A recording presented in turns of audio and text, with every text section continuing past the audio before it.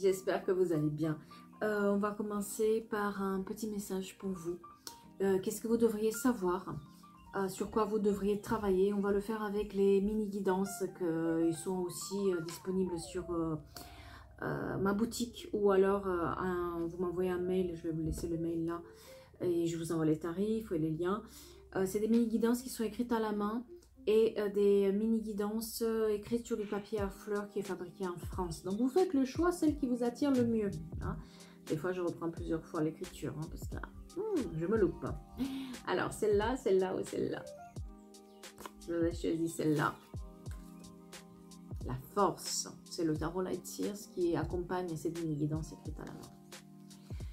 Vous détenez toutes les compétences nécessaires pour faire manifester vos souhaits dans votre réalité. Faites-vous juste un tout petit peu plus confiance. Restez concentré sur vos objectifs. Frappez à toutes les portes. Relancez. Essayez de trouver les meilleures personnes qui peuvent vous donner un coup de main. La force, c'est avec vous. Si c'est celle du milieu, c'est celle-là. Faites vos demandes à l'univers. Le temps est désormais venu pour adopter de nouvelles idées et de privilégier l'équilibre. Il y a de l'espoir et du renouveau. Vous allez avoir de la clarté dont vous avez besoin. Vous êtes protégé. Mais gardez la foi, agissez sans crainte et laissez partir les démons que vous avez dans votre tête. Et si c'était celle-là, vous avez les clés pour suivre votre destin. Patience et persévérance à l'avenir. Vos efforts seront récompensés. Les difficultés actuelles sont que passagères. Voilà pour ces petits messages. Oh là là, il y a mon chat. Il y a mon chat qui est là. Attention. Alors, qu'est-ce qu'on doit savoir aujourd'hui? Sur quoi on doit travailler? Ah là là là là là là là là. Sur la contribution, sur l'abondance. 2 fois l'abondance. Qu'est-ce qui se passe là sur votre abondance? J'ai l'impression que vous la... Aïe, aïe, aïe. J'ai l'impression que moi j'ai une situation dans laquelle par rapport à l'abondance et là, on est un peu dans la frustration. J'ai comme l'impression qu'en fait, vous vous engagez plus dans les projets des autres pour leur abondance que dans vos projets. J'ai comme l'impression que vous avez passé trop de temps à donner à quelqu'un quelque chose et du coup ça empêche en quelque sorte votre abondance à vous et vous êtes dans la frustration parce que vous voyez les autres réussir avec vos idées, avec ce que vous avez en vous, mais pas vous. Alors la question c'est pourquoi vous croyez que vous n'êtes pas assez à la hauteur? Vous croyez que parce que c'est le bon moment de prendre conscience de ça, que vous participez, que vos valeurs et ce que vous avez, vos dons, votre savoir-faire, votre savoir-vivre, ça vous permettrait de travailler sur votre abondance à vous au lieu de travailler sur l'abondance à l'autre. Et c'est le bon moment. C'est le bon moment de prendre conscience, c'est le bon moment de faire les choses. Qui êtes-vous vraiment? Est-ce que vous avez pensé que ce que vous avez à l'intérieur, ce que vous savez faire, est-ce que vous avez pris conscience que ce que vous avez à l'intérieur peut bâtir aussi votre abondance à vous? Mais la question, c'est pourquoi vous vous cachez derrière une personne? Pourquoi vous préférez donner à quelqu'un ce savoir-faire au lieu de l'utiliser pour vous? Parce que vous n'êtes pas dans le lâcher-prise encore. Vous n'êtes pas encore dans le lâcher-prise.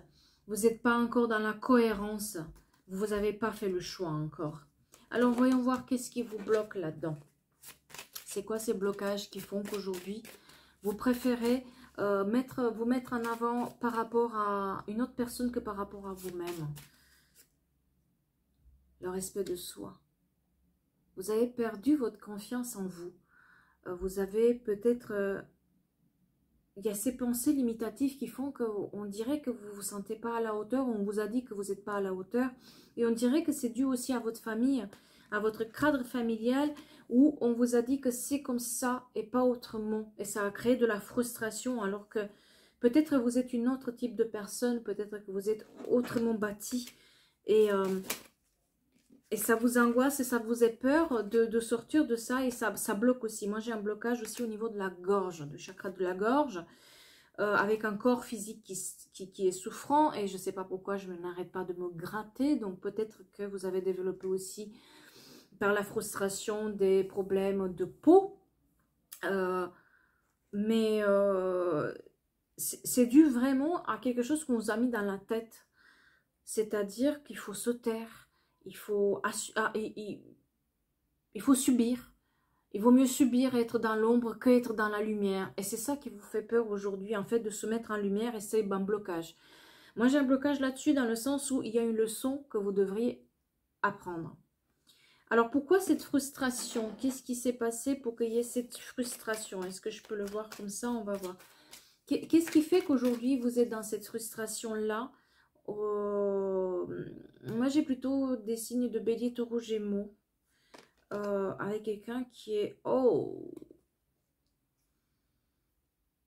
ruse, malhonnêteté, prudence, ne pas tomber dans son piège. J'ai une énergie un peu superficielle, élégant mais pas sérieux. Une personne qui est élégante mais pas sérieuse, qui a peut-être pris vos idées, qui a peut-être pris ce que vous aviez en vous et vous l'a fait à l'envers. Quelqu'un vous l'a fait à l'envers et ça peut être plusieurs personnes aussi parce que ça peut être un couple de personnes qui a pris vos idées, qui a pris le reste et il s'est développé avec.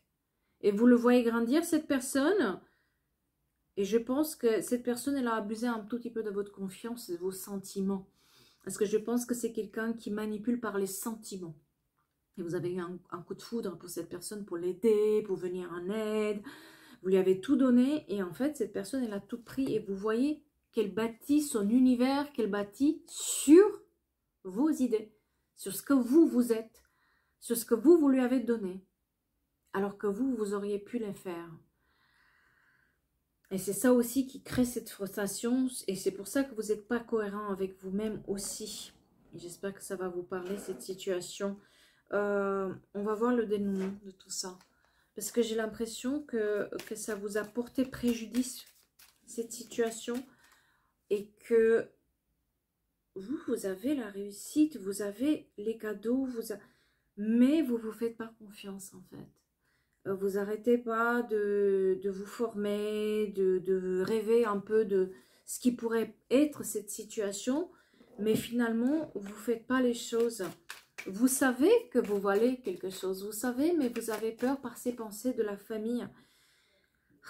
Vous rembobinez le passé. Vous rembobinez le passé. C'est comme si vous faisiez ce qu'on vous a dit de faire au lieu de suivre votre chemin. Vous avez été peut-être détourné de votre chemin. Vous avez pourtant le succès dans ce que vous allez entreprendre. Mais vous refusez ce succès parce que vous avez peur de vous montrer. Vous préférez être dans l'ombre. Quelqu'un doit s'affirmer. Avec quelqu'un, un cancer lion vierge, qui doit prendre ses décisions aussi cet été. N'est-ce pas? Pour soigner en fait cette situation toxique qu'elle a avec elle-même. Parce que vous vous êtes créé un univers un peu toxique à cause de peut-être vos pensées limitatives qui vous ont été mises dans la tête par les parents. Ça peut être l'éducation aussi, l'école, vos maîtres, quelqu'un qui n'a pas eu confiance en vous, qui vous l'a détruite. Et vous marquez de force maintenant pour pouvoir y arriver. Et j'ai aussi une notion de âme sœur. Vous avez peut-être cru que ces personnes qui vous ont pris tout ce que vous aviez... c'était un âme sœur et il se peut que ça ait un lien d'âme. C'est-à-dire que cette personne ou ces personnes, ils étaient mis sur votre chemin pour comprendre ce blocage. C'est-à-dire que si ça vous est arrivé, ce n'est pas un hasard. C'est que c'était déterminé pour vous libérer de ce blocage. Et tant que vous restez dans cette situation à ruminer, être dans la frustration, rien ne va se passer. Il est temps de prendre conscience et il est temps aussi d'agir. Cette personne ou ces personnes, c'était... oui, une notion d'âme, d'être en flamme jumelle, en tout cas une notion d'âme forte, parce qu'il y a une forte attraction entre vous, mais cette personne, elle était là pour vous apprendre la résilience, c'est-à-dire transformer vos faiblesses en force, faire quelque chose de cette expérience. Maintenant que vous prenez conscience et que on a vu dès le départ le message c'était sur votre abondance. Que ça soit personnel, spirituel, matériel. Cette abondance, elle est empêchée par le fait que vous n'osez pas vous montrer, vous n'osez pas sortir de la lumière, vous n'osez pas sortir en lumière, pardon, vous n'osez pas vous montrer.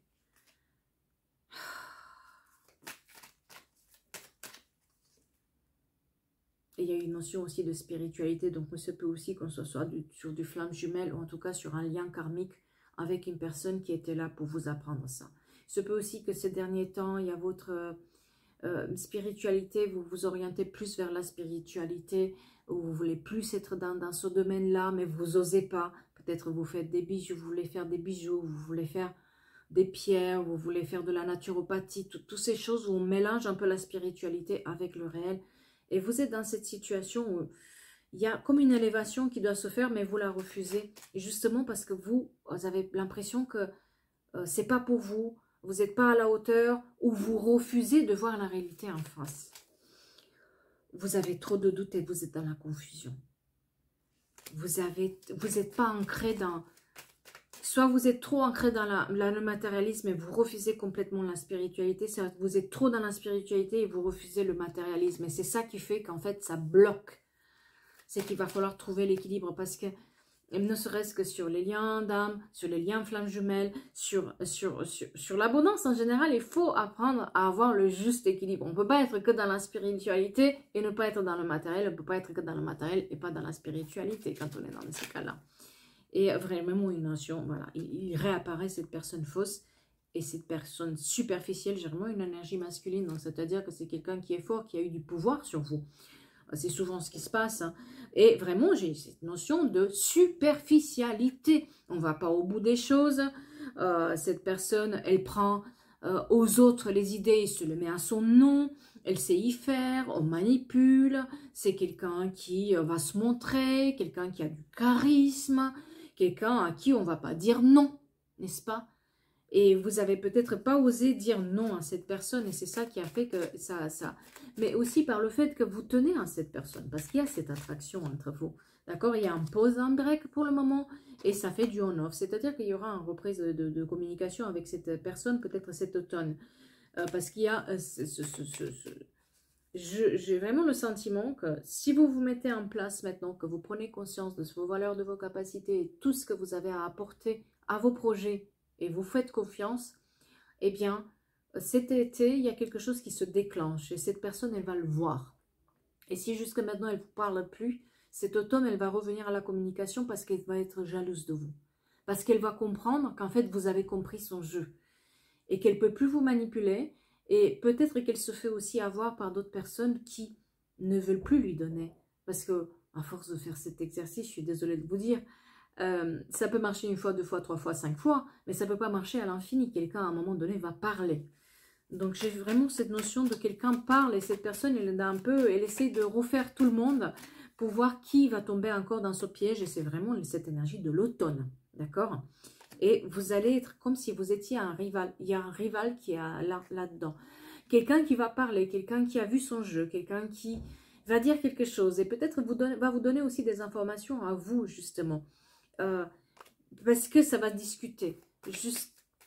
Peut-être qu'il y a aussi quelqu'un qui, justement, a vu cette personne, a vu les idées et qui va savoir que c'est vous à la base. Et c'est ça qui va déclencher peut-être aussi des choses. Parce qu'il y a une vraie transformation ce printemps qui se met en place pour vous. Il y a une vraie transformation si vous faites confiance à vous et à vos idées. Et si vous osez vous mettre dans la lumière, ce qui est une chose très difficile pour quelqu'un qui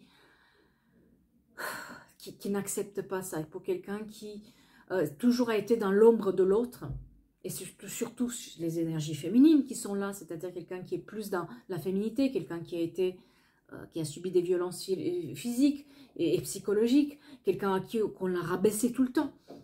C'est ces énergies-là féminines qui se mettent en place pour dire non, non, c'est pas pour moi, je veux pas, etc. Donc si vous vivez dans cette ombre, il est peut-être temps de prendre l'envol. Prenez l'envol. Vous avez les clés, il y aura peut-être aussi un changement de situation, de maison, faites ce petit changement dont vous avez besoin. Parce que il y a une notion de guérison qui est là. Cette expérience est là pour vous faire guérir de vous-même et de ce qui a été fait pendant votre enfance, de tout ce qu'on vous a dit. Et j'ai vraiment, c'est drôle parce que j'ai vraiment l'innocence, donc c'est vraiment le... Mais il faut se mettre en mouvement. Personne ne peut changer les choses à votre place si vous ne le faites pas vous-même. Personne. Donc maintenant, c'est le désir de l'âme aussi qui est là pour vous dire qu'est-ce qu'on veut accomplir, c'est votre chemin en fait finalement. Et on va voir justement, parce qu'on parle de l'âme, on va voir qu'est-ce que votre âme pourrait vous dire et on va faire un choix, celui-là ou celui-là. Faites un choix pour un message de votre âme, celui-là ou celui-là. Celui-là, c'est celui-là. Ouais. C'est la soumission.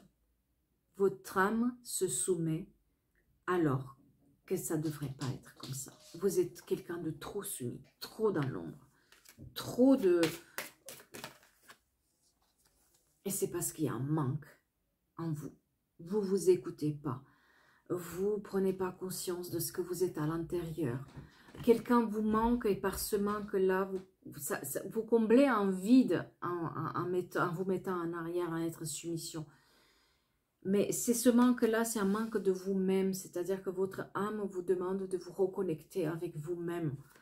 Vous êtes une belle personne, mais à force d'être dans la soumission, vous subissez les choses au lieu de prendre les choses en main.